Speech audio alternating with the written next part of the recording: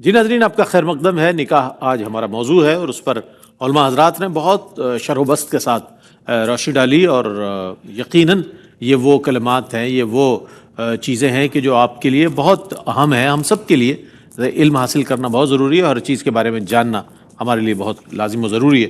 نکاح کے مقاصد اگر ہم جان لیں تو بہت اچھا ہوگا، اور اس پر روشنی ڈالنے کے لیے علامہ لیاقت حسین اظہری صاحب کیا فرماتے ہیں؟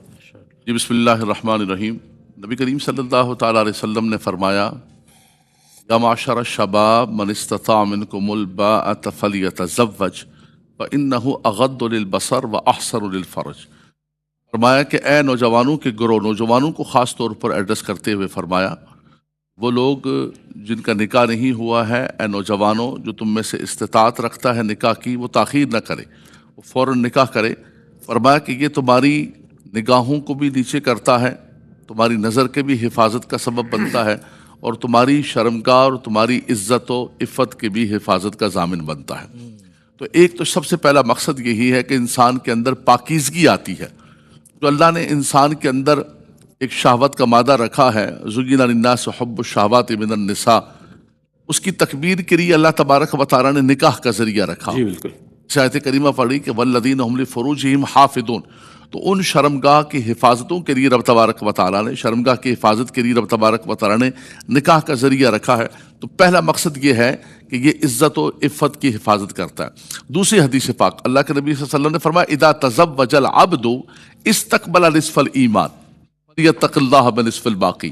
فرمایا جب بندہ کوئی نکاح کرتا ہے تو اس کی برکت یہ ہوتی ہے کہ اللہ تعالیٰ اس کے آدھے ایمان کو مکمل کر دیتا ہے۔ واہ، تو یہ آپ کے ایمان کی تکمیل ہوتی ہے، بقیہ قریب اللہ تبارک و تعالیٰ سے ڈرتا رہے۔ اسی طرح فرمایا کہ جب انسان نکاح کرتا ہے تو اس کے ذریعے انسان کے دل کے اندر ایک سکون پیدا ہوتا ہے، اس کی طبیعت کے اندر ایک ٹھہراؤ پیدا ہوتا ہے، ایک معاشرتی ذمہ داری، اور یہ جو نسل انسانی ہے، فرمایا امت مصطفیٰ صلی اللہ علیہ وسلم کا آگے جو بڑھنا ہے، اس کا ایک انسان حصہ بنتا ہے، اور احسن طریقے سے ان کی پرورش کرتا ہے۔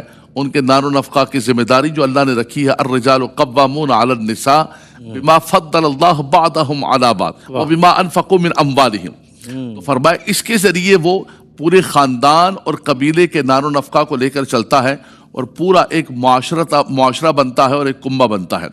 تو عزت و عصمت کے اعتبار سے دیکھیں، عبادت کے اعتبار سے دیکھیں، نسل انسانی کی بقا کے اعتبار سے دیکھیں، اور سکون و راحت، جس آیت کریمہ کا میں نے حوالہ دیا تھا کہ رب تعالیٰ نے فرمایا کہ لِتَسْكُنُوا، فرمایا اس کے ذریعے تمہارے اندر سکون پیدا ہوتا ہے، تو زندگی کے اندر ایک راحت پیدا ہوتی ہے۔ آپ دیکھیں کہ زنا کے ذریعے انسان کو ندامت پیدا ہوتی ہے اگر اس کا ضمیر زندہ ہے، اور نکاح کے ذریعے دشمنیاں اور عداوتیں پیدا ہوتی۔ فرمایا وَلَا تَقْرَبُوا الزِّنَا، زنا کے قریب نہ جاؤ۔ اللہ تبارک و تعالیٰ نے تمہیں حلال ذریعہ عطا فرمایا۔ جی رئیس بھائی، معراج کی رات اللہ کے نبی صلی اللہ علیہ وسلم نے بہت سارے مناظر دیکھے۔ ایک منظر دیکھا کہ ایک پاکیزہ دسترخوان بچھا ہوا ہے، اللہ، اور ایک گندا دسترخوان بچھا ہوا ہے۔ لوگ پاکیزہ دسترخوان کو، پاکیزہ کھانوں کو چھوڑ کر گندے پہ بیٹھے ہوئے، سڑے گلے ہوئے کھانے کھا رہے۔ حضور نے پوچھا جبریل یہ کیا ہو رہا ہے؟ فرمایا اللہ تبارک و تعالیٰ نے زندگی کے اندر ہر اعتبار سے، مال کمانے کے اعتبار سے بھی، جو ان کی خواہشات ہیں، ہر اعتبار سے اللہ نے ان کو پاکیزہ ذرائع عطا فرمائے، لیکن یہ گندگی کی طرف دوڑتے تھے۔ ہوئے ہوئے، ان کو گندگی پسند تھی ہر اعتبار سے۔ اللہ اکبر۔ دیکھیں مفتی صاحب نے کتنی شرح و بسط کے ساتھ بتایا کہ اللہ تبارک و تعالیٰ نے انسان کی قدرت و طاقت اور انسان کی جو ضرورت ہے اس کے لیے نکاح رکھے چار، لیکن اس کے باوجود تم گندگی کی طرف بھاگ رہے ہو۔ فرمایا آج یہ گندگی کے کھانے کھا رہے ہیں۔ اللہ اکبر۔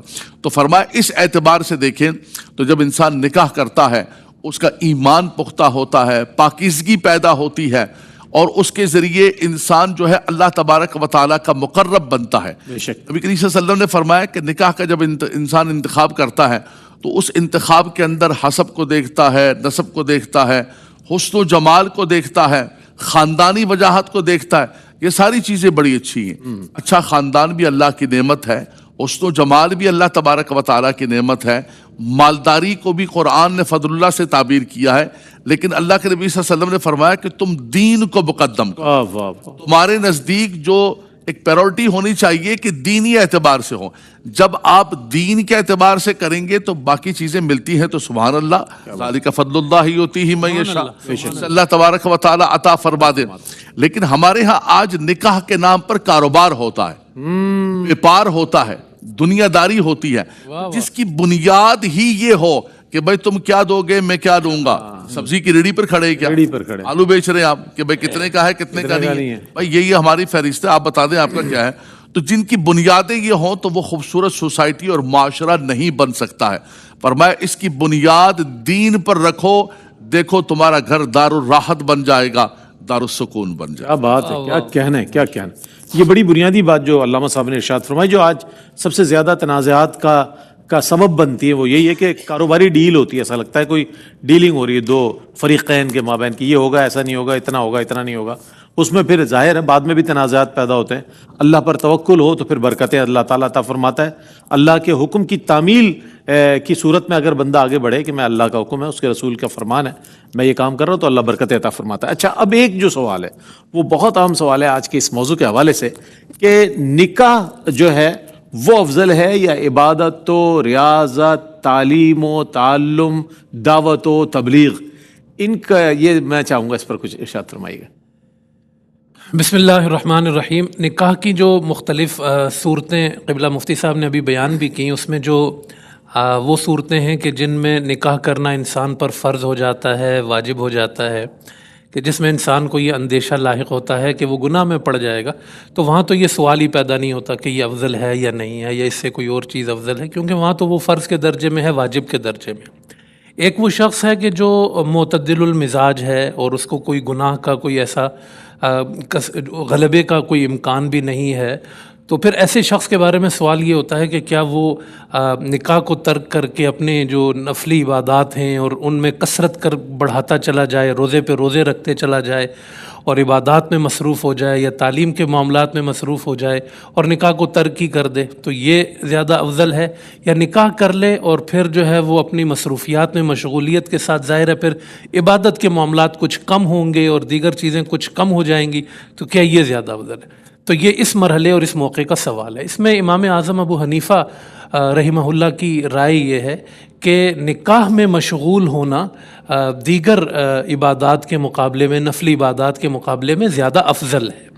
امام شافعی رحمۃ اللہ علیہ کے ہاں جو ہے وہ عبادات میں، نفلی عبادات میں مشغول ہونا اور دیگر چیز وہ زیادہ افضل ہے. امام اعظم ابو حنیفہ رحمہ اللہ یہ کہتے ہیں کہ جو ابھی قبلہ مفتی صاحب نے اس طرف اشارہ بھی کیا کہ آپ صلی اللہ علیہ وسلم نے اس کو اپنی سنت قرار دیا ہے، یعنی ایک نارمل حالت میں ایک انسان ہے، اگرچہ اس پر غلبہ بھی نہیں ہے کسی چیز کا، لیکن آپ صلی اللہ علیہ وسلم نے اس کو سنت قرار دے کے جو ہے وہ اس کی طرف ترغیب دی ہے. تو امام اعظم ابو حنیفہ رحمہ اللہ کی یہ حدیث جو ہے وہ دلیل بھی ہے کہ آپ صلی اللہ علیہ وسلم نے اس کو اپنی سنت بھی قرار دیا ہے. تو پھر ایک انسان جو ہے وہ اگر نکاح میں مشغول ہوتا ہے اور اس کو اپناتا ہے تو خود نکاح کرنا بھی اس کی وجہ سے جو ہے وہ ایک عبادت ہی کے کام میں جو ہے وہ مشغول ہو رہا ہے.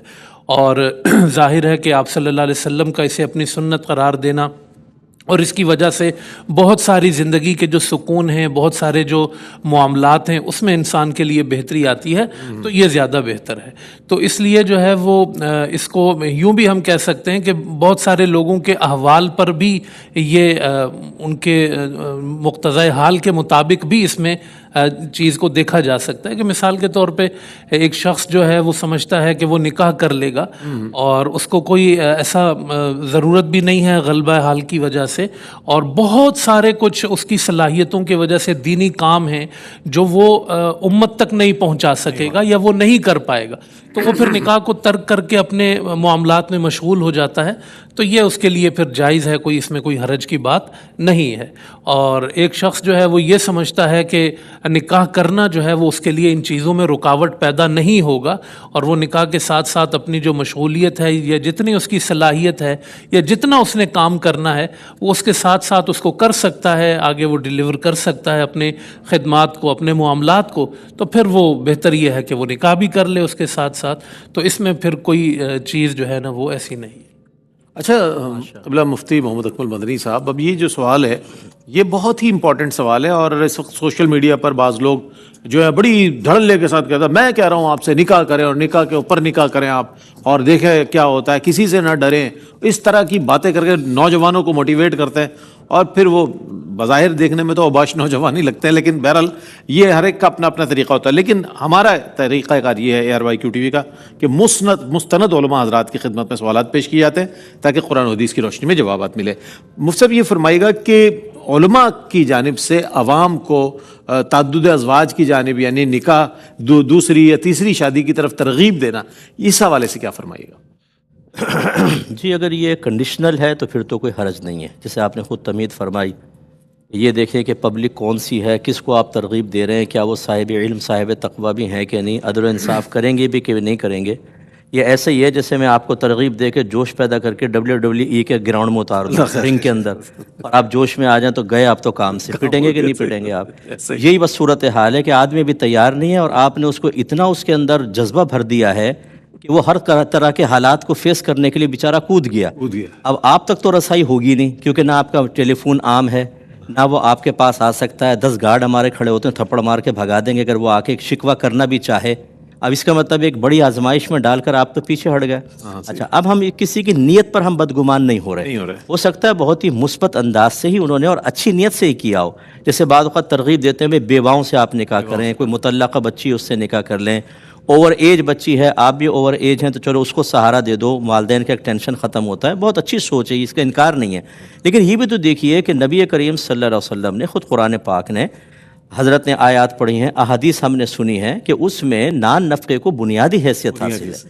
آپ ایک عورت کو سہارا دینے کے لیے لے آئے اور خود بے سہارا ہو گئے، یا اسے بے سہارا کر دیا، نہ گھر میں کھانے کو ہے نہ کچھ ہے. پھر ایسے لوگ بیویوں سے کہتے ہیں، ان کو بلیک میل کرتے ہیں کہ اپنے میکے سے لے کر آؤ. ماں باپ اور ٹینشن میں آ جاتے ہیں کہ ایک تو بچی کا بوجھ تھا، ہم تو چاہ رہے تھے کہ چلو یہ بیچاری اپنے گھر کو جائے گی، سکون بھی ہے اور اس کا خرچہ بھی کم ہوگا. وہ بیچارے خود تنگ دست، اب یہ اس کو مار مار کے کہتا ہے کہ وہاں سے لے کر آؤ. کیا یہ حالات ایک عالم کے پیش نظر نہیں ہونے چاہیے؟ ہمیشہ یاد رکھیے کہ ایک عالم، ایک مفتی، ایک مشیر جب تک اپنے عرف پر واقف نہیں ہوگا، نہ وہ صحیح فتویٰ دے گا، نہ ہی صحیح گائیڈ لائن دے گا، نہ صحیح مشورہ دے سکتا ہے. وہ بیڑا غرق کرے گا. کیونکہ اعلیٰ حضرت نے فرمایا کہ جو مفتی اپنے زمانے کے لوگوں کی طبیعت، ماحول، کیفیات اور عرف سے واقف نہ ہو، ایک تو فرمایا کہ وہ فتویٰ دینے میں ضرور جاہل ہے، ایک جگہ فرمایا وہ فتویٰ دے گا تو یا تو گناہ کرے گا یا ظلم کرے گا. اس بات کو سمجھنا چاہیے. تو اب جب بیان کریں، ترغیب دیں تو کنڈیشنل، جیسے ہم نے کہا کہ شرائط لگا کر دیکھیں بھئی یہ شرط ہے، عدل و انصاف کرنا ہے، عدل و انصاف ان چیزوں میں درکار ہے. جب آپ شادی کریں گے یہ پازیٹیو پوائنٹ ہیں، یہ چیزیں بھی آ سکتی ہیں آپ کے سامنے. اس کو فیس کرنے کے لیے جو نیگیٹیوٹی ہے اس کو ذہن میں رکھیں اور اس کو فیس کرنے کے لیے تیار رہیں. حضرت نے ابھی ایک آیت پڑھی تھی جس میں کہ نکاح کرو تمہیں اللہ تعالیٰ فضل کر دے گا. اس میں ایک بڑا پیارا جملہ انہوں نے کہا. ہم لوگ چونکہ علماء ہیں نا تو ہم وہ قید کو کھینچ لیتے ہیں. حضرت نے بہت اچھا فرمایا کہ اللہ نے فضل کا کہا ہے لیکن ہر صورت میں نہیں ہوتا کہ فضل ہی ہو. ٹھیک ہے نا، کیونکہ فضل کی صورتیں مختلف ہوتی ہیں. ہم سمجھتے ہیں کہ تنگ دست آدمی سوچتا ہے، جیسے بعض ماں باپ کہتے ہیں کہ بھئی یہ نکھٹو کام نہیں کر رہا، اس کی شادی کرو پھر کام کرے گا، خود ہی ذمہ داری آئے گی، جیسے تو وہ ایک دم ٹارزن بن جائے گا اور روزی کے دروازے کھل جائیں گے. پھر یہ آیات اس قسم کی کہ بھئی دیکھو جب شادی کریں گے تو اللہ غنی کر دے گا. بالکل غنی کرے گا، لیکن غنی کن معاملات میں کرے گا، اس کی صورت کیا ہوگی. کیا آپ نے غنا کا جو تصور ذہن میں رکھا ہے اللہ تعالیٰ آپ کی مرضی کے تابع ہو کر اسی کے مطابق موافقت پیدا کرے گا؟ یہ ضروری نہیں ہوتا. وہ دوسری شکل میں بھی آ سکتا ہے اور وہ ہمیں بعض اوقات پتہ بھی نہیں ہوتا کہ غنا کی صورتیں کون کون سی ہیں، اللہ تعالیٰ کس انداز میں کرم نوازی فرمائے گا. تو خلاصہ کلام یہ ہے کہ ایسے علماء کی خدمت میں دائرہ ادب میں رہ کے میری گزارش ہے کہ آپ یقیناً بہت اچھی سوچ کے ساتھ کر رہے ہوں گے، پازیٹیو سوچ ہے، مثبت ہے، اللہ آپ کو اس پہ درجات بھی دے گا، ثواب بھی دے گا. لیکن خدارا کسی کو بغیر سوچے سمجھے اس طرح آزمائش میں مبتلا نہ کریں، کیونکہ ہمارے پاس اتنے کیسز اس طرح کے آئے کہ جوش میں کر لیا، کسی کی بچی کی زندگی خراب ہوئی، خود بھی زندگی خراب کر رہے ہیں، بچوں کی زندگی خراب، 2 فیملیز کیونکہ سسرال میکا دونوں ڈسٹرب ہیں صرف آپ کے ایک ناقص مشورے کی وجہ سے. بہت اچھی بات. اور مفتی صاحب نے اپنے پچھلے جواب میں ارشاد فرمایا تھا کہ اس طرح ہو تو ہم اس کو دونوں چیزیں بتائیں گے، پازیٹیو نیگیٹو، پھر جا کے وہ کوئی فیصلہ کرے تاکہ جو ہے اس کی ذمہ داری وہ اس کے ذمے آ سکے. ایک مختصر سا وقفے کے بعد لوٹیں گے اور مزید سوالات بھی انشاءاللہ، پیغامات بھی لیں گے، کلام بھی شامل کریں گے. آپ ہمارے ساتھ رہیے. جی جناب، آپ کا خیر مقدم ہے اور نکاح آج ہمارا موضوع ہے. اس پر بہت ہی عمدہ انداز میں ہمارے تینوں ہی اسکالرز جوابات عنایت فرما رہے ہیں اور وہ ممکنہ سوالات جو آپ کے ذہنوں پر دستک دیتے ہیں کوشش کی گئی ہے کہ انہیں آج کے اس پروگرام کا حصہ بنایا جائے اور ان سوالات کے جوابات آپ تک پہنچائے جائیں. اور میں اگلے سوال کی جانب بڑھوں گا. علامہ لیاقت حسین اظہری صاحب فرمائیں گے فی زمانہ نکاح میں آسانی اور سادگی کی ضرورت اور اہمیت بہت ضرورت محسوس ہو رہی ہے. اس پر کیا فرمائیے گا اس کے حوالے سے؟ کہ نبی کریم صلی اللہ علیہ وسلم نے اسی نکاح کو بابرکت قرار دیا ہے جو نکاح آسان ہو اور سہل ہو اور اس کے اندر زیادہ چیزیں نہ ہوں. یہ تو ایک اصولی ون لائنر جواب ہے. جی جی. بابرکت نکاح وہی ہے کہ جو نکاح آسان ہو اور جس کے اندر مشکلات نہ پیدا ہوں. لیکن ہم نے یہ کر دیا ہے کہ جو النکاح من سنتی ہی باقی رہ گیا ہے جب ہم پڑھتے ہیں خطبے کے اندر. باقی اس کے چاروں طرف بدعات و خرافات کا جال بچھا دیا. بالکل ایسا ہی ہے. رسومات اور ساری کی ساری چیزیں اتنی شامل کر لی ہیں کہ جس کی کوئی انتہا نہیں, اور اس پر اتنا پیسہ لگایا جاتا ہے. یعنی اب ایسا ہو گیا ہے کہ ایک مہینے تک شادیاں چل رہی ہیں. ہاں ایسا ہی ہے بالکل. اور لگے ہوئے ہر رات کو آج نیا فنکشن ہے تو آج نیا فنکشن ہے. اچھا اس کے لیے سوٹ بھی الگ بن رہے ہیں. سوٹ بھی الگ ہے. اچھا وہ شادی والے تو ہیں, باقی جو شامل باجے ان کے لیے بھی وبال جان بن باجے آئے بھائی ہمارے دوست کی شادی ہے, ہمارے فلاں کی شادی ہے, تو یہ تو نہیں ہو سکتا نا کہ یہ تو ہم سوٹ نہ بنائیں. تو آپ یقین کریں اتنا مشکل کر دیا. اور اس کا باہر دیکھیں کہ کتنی زیادہ مہنگائی ہے. کما کے تو مرد نے لانا ہے, ہاں بالکل ذمہ داری تو مرد کی ہے. تو اس کی وجہ سے معاشرے جن کے پاس پیسہ ہے وہ شو آف بہت زیادہ کر رہے ہیں. بہت زیادہ معاشرے کے اندر بہت زیادہ آؤٹ آف بیلنس نظام چاہ رہا ہے, بہت زیادہ. اور ان خرافات و بدعات کو ختم کیا جاتا ہے. اس کے بعد جب نکاح شروع ہوتا ہے تو کہتے ہیں کہ میں نے کتنا مہر کتنا ہے, مہر کتنا رکھا بچی کا. بولا حضرت مہر تو آپ کو پتہ ہے کہ ہماری برادری کے اندر نا زیادہ مہر نہیں رکھتی. ہماری برادری نے 25,000 روپے مہر کا رکھا ہوا ہے. میں نے ایک نکاح کی تقریب میں نے کہا میں جوتا لینے گیا تھا, 25,000 کا جوتا بھی نہیں آ رہا تھا میرا, والی پہ جوتا بھی نہیں آ رہا تھا 25,000 کا. تو برادری نے یہ نہیں رکھا ہے کہ یہ جو ایک مہینے سے شادیاں چل رہی ہیں یہ فضولیات, اس کی کوئی کنڈیشن رکھی ہے. یعنی ایک ایک شادی کے اوپر آپ 1 کروڑ 2 کروڑ لگا رہے ہیں. اور جب مہر رکھنے کی, مہر شریعت مطہرہ نے متعین نہیں کیا. نبی کریم صلی اللہ علیہ وسلم نے فرمایا لا مہر اقل من 10 دراہم. ہر شخص کی اس کی سطح کے مطابق مہر ہے. لیکن آپ 10 قسم کے خرافات کے اوپر خرچ کر رہے ہیں. جب مہر کی بات ہے میں کہتا ہوں نہیں کرتے ہو یار, سیدہ پاک کا مہر رکھ لو, سیدہ کائنات کا جو مہر تھا وہ تم رکھ لو. اسی طرح مولانا صاحب ایسا ہو سکتا ہے کہ فری کے اندر نکاح پڑھا دیں. بہت مہنگا کر دیا مولویوں نے نکاح, مولویوں نے بہت مہنگا کر دیا. یہ تم جو ایک مہینے کے تم خرچے تم کر رہے ہو, یعنی 2 چیزوں پر ان کو مہنگائی نظر آتی ہے. اپنا مقدمہ بھی پیش کر دیا. اصولی بات ہے صاحب, ایک اصولی بات ہے رئیس بھائی, شرع کی ایک بات ہے. یہ بھی آج سن لیجیے آپ, ہمارا مقدمہ نہیں ہے, شریعت کا اصول ہے. مطلب اگر بچی باقرہ ہو, قبلہ مفتی صاحب بیٹھے ہوئے ہیں, بچی اگر باقرہ ہو تو اس کی جو شریعت کی طرف سے جو فیس ہے نکاح کی وہ 1 سونے کا دینار ہے. اللہ, میں نے اپنے بیٹے کا نکاح پڑھایا, میں نے سونے کا دینار دیا. آپ جب باقی چیزوں کو کر رہے ہیں تو ایک چیزوں پر مہر بچی کا اور مولانا صاحب کے نکاح کی, بولا یار یہ بہت مہنگا کر دیا مولویوں نے نکاح بہت مہنگا کر دیا. تم نے بڑا سستا کیا ہے, یہ سارے کے سارے 100 دندے کھولے ہوئے ہیں, 100 کھانا. اور دوسری بات یہ ہے, آسانی کی اور برکت کی بات کر رہے رئیس بھائی, شادی جب ختم ہو جائے ایک کیمرہ مین کو بولے کہ یار یہ تصویر ذرا ہال کی ذرا کھینچ. اتنے پیسے بتائے گا بڑھیا اس ٹھکانے کے اندر اتنے کھانے کا زیاں اور اتنی بربادی. لگتا ہے کہ وہ جو ہم شروع میں بات کر رہے تھے کہ ضرورت نہیں, انتقامن پلیٹوں کو بالکل 2 ہاتھوں کے اندر پلیٹوں کو بھر کے لے کے آ رہے ہیں کہ بھئی دوبارہ ملے گا نہیں, ایک ہی دفعہ بھر لے. کچرے کے ڈھیر پہ دوسرے دن نظر آتی. اچھا تم نے بھر لیا ہے, بیٹھ کے اس کو کھاؤ, کھا سکتی نہیں, صحابہ سے ان کے پڑا ہوا ہے. تو اتنا کھانے کا زیاں, روزی کی اس کو ضائع کرتے ہیں, اور یہ سارے کا سارا وبال اس مرد کے اوپر پڑتا ہے جو غریب کا بچہ کما کے لے کر آتا ہے. بالکل. اگر کرنا ہے تو ایک آل اوور کریں, آل اوور کر کے مسجد کے اندر سادہ نکاح ہو, سادہ نظام کر دیں تاکہ سوسائٹی. اس کا نقصان یہ ہے کہ کروڑوں بچیاں بیٹھی ہوئی ہیں, ان کے والدین کے پاس اتنا نہیں ہے کہ اپنی بچیوں کے ہاتھ پیلے کر سکے. یا تو کسی سے قرض لیتے ہیں یا سود پر لیتے ہیں, گھروں کو گروی رکھ لیا, روڈ پر آگے بچیوں کی. اگر کسی کی 2-3 بچیاں ہیں تو وہ تو غریب کا بچہ بالکل اس کا ستیہ ناش ہوگا. تو آل اوور اگر آپ میسیج دینا چاہتے ہیں تو میسیج یہی ہے, جو اس وقت مہنگائی ہے, مشکلات ہیں, روپیہ ڈی ویلیو ہو گیا, آپ نکاح کو آسان سے آسان کریں.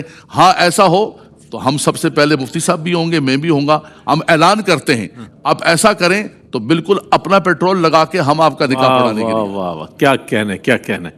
حضرت نعمان بن ثابت امام اعظم امام ابو حنیفہ رحمۃ اللہ تعالی علیہ سے کسی نے پوچھا کہ حضرت آئیڈیل اسلامک سوسائٹی کا کوئی تصور پیش کریں تاکہ ہمارے معاشرے کو ایک آئیڈیل اسلامک سوسائٹی کے طور پر بنایا جائے. آپ نے فرمایا آپ نے فرمایا کہ مثالی جو اسلامی معاشرہ وہ ہے جس میں نکاح آسان ہو, اور آج ہمارے معاشرے میں نکاح ہی کو سب سے مشکل کر دیا گیا ہے کہ جس سے بے روی بھی بڑھ رہی ہے اور وہ تمام برائیاں جو آپ کے اور ہمارے سامنے ہیں. بہرحال ایک آخری سوال آج کی اس پوری ڈسکشن کا وہ یہ ہے کہ نکاح کے لیے کیا والدین کی رضامندی ضروری ہے؟ علامہ حافظ اویس احمد صاحب کیا فرمائیں گے؟ بسم اللہ الرحمن الرحیم. اگر کوئی بچہ یا بچی اپنا نکاح خود منعقد کر لیتے ہیں والدین کی مرضی کے بغیر, اور وہ نکاح جیسے لڑکی کہیں پر اپنا نکاح کر لیتی ہے اور وہ کفو اور ہمسری میں نکاح کرتی ہے اور والدین کی مرضی کے بغیر کرتی ہے تو وہ نکاح منعقد ہو جائے گا. اور اگر کفو اور ہمسری میں نہیں کرتی ہے تو پھر والدین کو اجازت ہے اس بات کی کہ وہ اس پر اعتراض کر سکتے ہیں یا اس کو عدالت میں لے جا سکتے ہیں یا اس پہ بات کر سکتے ہیں. لیکن بہرحال ون لائنر جواب یہ ہے کہ والدین کی اجازت کے بغیر اگر وہ نکاح کرتے ہیں تو وہ نکاح منعقد ہو جائے گا, ہو جاتا ہے. البتہ اس میں جو اخلاقی پہلو پر اگر ہم بات کرتے ہیں تو وہ یہ ہے کہ بہتر صورت یہی ہوتی ہے کہ دونوں طرف کی جو رضامندی ہے, یعنی ماں باپ بھی راضی ہوں, اولاد بھی اس میں راضی ہو, پھر وہ نکاح کیا جائے تو وہ بہت ہی برکت کا باعث ہے, کیونکہ اس میں اتفاق بھی ہوتا ہے اور نکاح کا مقصد بھی ہے, جیسے ابھی مقاصد نکاح پہ بات ہوئی کہ آپس میں محبت ہو, مودت ہو, اتفاق ہو, اتحاد ہو, اس میں لڑائیاں جھگڑے نہ ہوں اور بے سکونی نہ ہو. تو اس وجہ سے جو ہے نا وہ دونوں پہلو جو ہے وہ عدم توازن کا شکار کر سکتے ہیں. ایک پہلو تو یہ ہے کہ والدین اس میں بالکل راضی نہیں ہیں, ٹھیک ہے, اور ایک پہلو یہ ہے کہ والدین کسی جگہ پر راضی ہیں اور اولاد اس میں راضی نہیں ہے, تو وہ دونوں چیزیں مشکل کا باعث بنتی ہیں. والدین کو اس میں خاص طور پہ خیال رکھنا چاہیے کہ وہ اپنے کسی ذاتی منفعت کے لیے یا کسی ترجیحی اپنی سوچ کی بنیاد پر اس پر فیصلے کو مسلط نہ کر رہے ہیں اور وہ آگے اس کو سروائیو بھی نہ کر سکیں, اس کو نبھا بھی نہ سکیں, اور آپ اپنی کچھ ترجیحات یا منافع کی وجہ سے وہ نکاح ان پر تھوپ دیں اور بعد میں ان کی زندگی اجیرن ہو جائے. اور لڑکے لڑکی بھی اگر اس میں وہ کوئی نکاح کی طرف جاتے ہیں اور ان کو ظاہراً بھی یہ نظر آ رہا ہے کہ آگے جا کے یہ نقصان کا باعث ہو سکتا ہے, فیصلہ رسکی ہے ہمارا, اور والدین اس میں آپ کو نصیحت کر رہے ہیں, تو ان کو اس کو اگنور نہیں کرنا چاہیے اور اس کو جو ہے وہ ساتھ لے کر چلنا چاہیے. آپ صلی اللہ علیہ وسلم نے جو اس میں ارشادات فرمائے ہیں ان ساری چیزوں کا یہی خلاصہ ہے کہ آپ صلی اللہ علیہ وسلم جو ہے وہ ماں باپ کی جو مرضی تھی اولاد کے لیے اس کو بڑی اہمیت کے ساتھ بیان کیا کرتے تھے. اس میں مختلف جو ہے وہ اقوال آپ صلی اللہ علیہ وسلم کے ملتے ہیں. تو خلاصہ یہ ہے کہ اگر اس میں دونوں جو ہے ماں باپ اور اولاد آپس میں جو ہے وہ فیصلے کو بہتر طریقے سے دیکھیں اور اس میں جو ہے وہ ترجیحی بنیادوں پر جو ہے وہ فیصلہ کریں تو وہ سب کے لیے بہتر. علامہ لیاقت حسین صاحب, ون لائنر کیا پیغام دیجیے گا آپ ہمارے ناظرین کو؟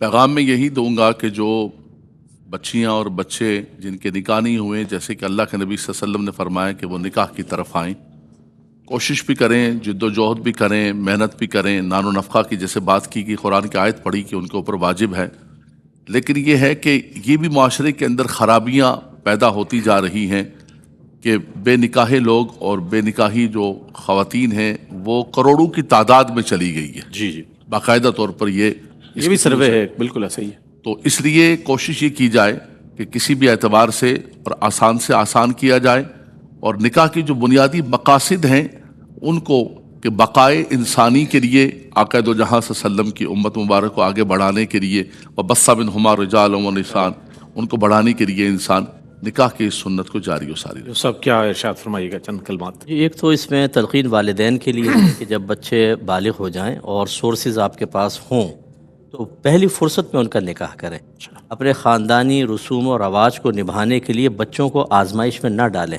اس میں بچیوں کو بھی میں عرض کرتا ہوں, کیونکہ بعض اوقات بچیاں خود شرم کی وجہ سے کچھ کہہ نہیں پاتیں اور وہ اسی خراب گیدرنگ میں چلی جاتی ہیں کہ جس میں پھر ان کی مستقبل ان کا خطرے میں پڑ جاتا ہے. دوسرا, بعض بچے ایسے ہوتے ہیں جو گھر والے کہتے ہیں کہ شادی کروا دیں, کب کر لو, عمر ہو گئی, ابھی کر لیں گے.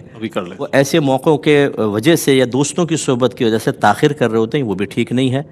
دوسری شادی کرنا چاہیں تو اچھی طرح سوچ سمجھ کر کریں, جن کی شادیاں ہو چکی ہیں، جو مقاصد نکاح حضرت نے بیان فرمایا اس پہ غور کر لیں کہ کیا وہ مقاصد حسنہ حاصل ہوئے یا آپ کسی مقاصد قبیحہ کی جانب بڑھ چکے ہیں اور گھر میدان جنگ بنایا ہوا ہے۔ نکاح تو تھا کہ پیار محبت سکون ہو اور آپ نے اس کو ختم کر دیا، تو بے سکونی کے اسباب تلاش کر کے انہیں ختم کرنے کی کوشش کریں۔ میں بہت شکریہ ادا کروں گا آپ تینوں حضرات کا۔